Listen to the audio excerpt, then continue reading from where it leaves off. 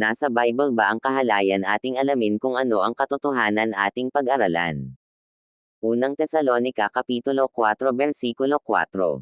Na ang bawat isa sa inyo'y makaalam na maging mapagpigil sa kanyang sariling katawan sa pagpapakabanal at kapurihan. Unang Korinto Kapitulo 6 Versikulo 13. Ang mga pagkain ay sa tiyan, at ang tiyan ay sa mga pagkain, ngunit kapwa iwawasak ng Diyos yaon at ang mga ito. Datapwat ang katawan ay hindi sa pakikiapid, kundi sa Panginoon, at ang Panginoon ay sa katawan.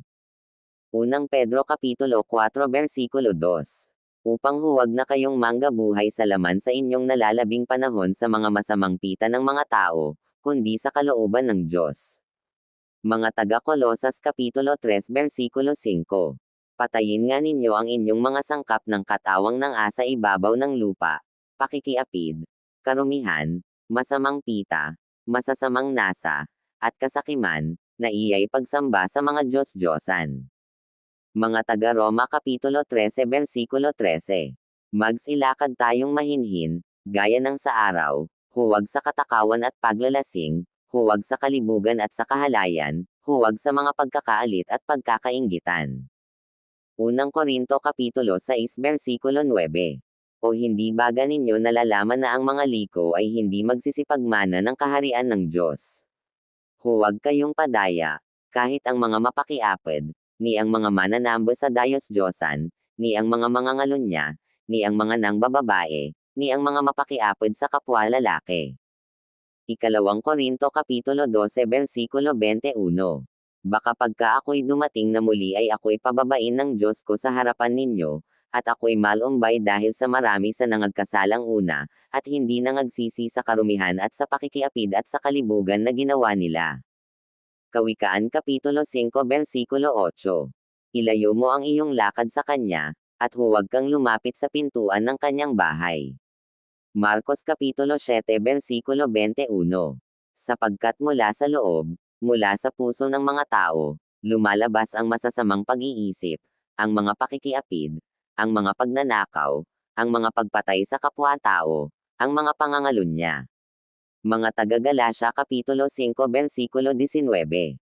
At hayag ang mga gawa ng laman, sa makatuwid ay ang mga ito, pakikiapid, karumihan, kalibugan. Mga taga-Roma Kapitulo 1 Versikulo 24. Dahil dito'y sa karumihan ng mga pita ng kanilang mga puso ay ibinigay sila ng Diyos sa kahalayan, upang alisan nila ng puri ang kanilang mga katawan sa kani-kanilang sarili. Mga taga-Roma Kapitulo 1 Versikulo 27. At gayon din naman ang mga lalaki, na nang iwan na ang katutubong kagamitan sa mga babae, ay nangagnangas sa kanilang karumihan ng pita ang isa't isa, na gumagawa ng kahalayan ang mga lalaki sa mga kapwa lalaki, at tumatanggap sa kanilang sarili ng kagantihan ng kanilang pagkakamali. Mga taga-Roma Kapitulo 1 Versikulo 29. Nangapuspos sila ng buong kalikwan, ng kasamaan, ng kasakiman, ng kahalayan, puspos ng kapanaghilian, ng pagpatay sa kapwa-tao, ng pagtatalo, ng pagdaraya, ng mga kasamaan, mga mapagupasala. Mga taga-Roma Kapitulo 13 Versikulo 13. Magsilakad tayong mahinhin, gaya ng sa araw, huwag sa katakawan at paglalasing, huwag sa kalibugan at sa kahalayan, huwag sa mga pagkakaalit at pagkakainggitan. Mga taga-Roma Kapitulo 13 Versikulo 14. Kundi bagkus Isaac-bat ninyo ang Panginoong Hesukristo, at huwag ninyong paglaanan ang laman, upang masunod ang mga kahalayan noon. Unang mga taga-Korinto Kapitulo 14 Versikulo 20. Mga kapatid, huwag kayong mangagpakabate sa pag-iisip, gayon may sa kahalayan ay mangagpakasanggol kayo, datapwat sa pag-iisip kayo'y mangagpakataw. Mga taga-Galasya Kapitulo 5 Versikulo 24. At ipinako sa krus ng mga na kay Kristo Jesus ang laman na kasama ang mga masasamang pita at mga kahalayan nito.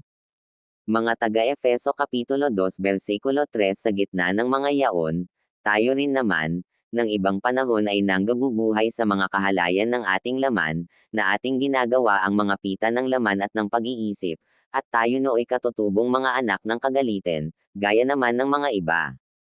Mga taga-Efeso Kapitulo 4 Versikulo 22. At inyong iwan, tungkol sa paraan ng inyong pamumuhay na nakaraan, ang dating pagkatao, na sumama ng sumama ayon sa mga kahalayan ng pagdaraya. Unang mga taga-Tesalonika Kapitulo 4 versikulo 5 hindi sapitan ng kahalayan, na gaya ng mga gentil na hindi nakakakilala sa Diyos. Tito Kapitulo 2 versikulo 12 na nagtuturo sa atin, upang, pagtanggi natin sa kalikuan at sa mga kahalayan ng sanglibutan, ay marapat mabuhay tayong may pagpipigil at matuwid at banal sa panahong kasalukuyan ng sanglibutang ito. Santiago Kapitulo 1 versikulo 15 kung magkagayoy ang kahalayan, kung maipaglihi ay nangganganak ng kasalanan, at ang kasalanan, pagkamalaki na ay namumunga ng kamatayan.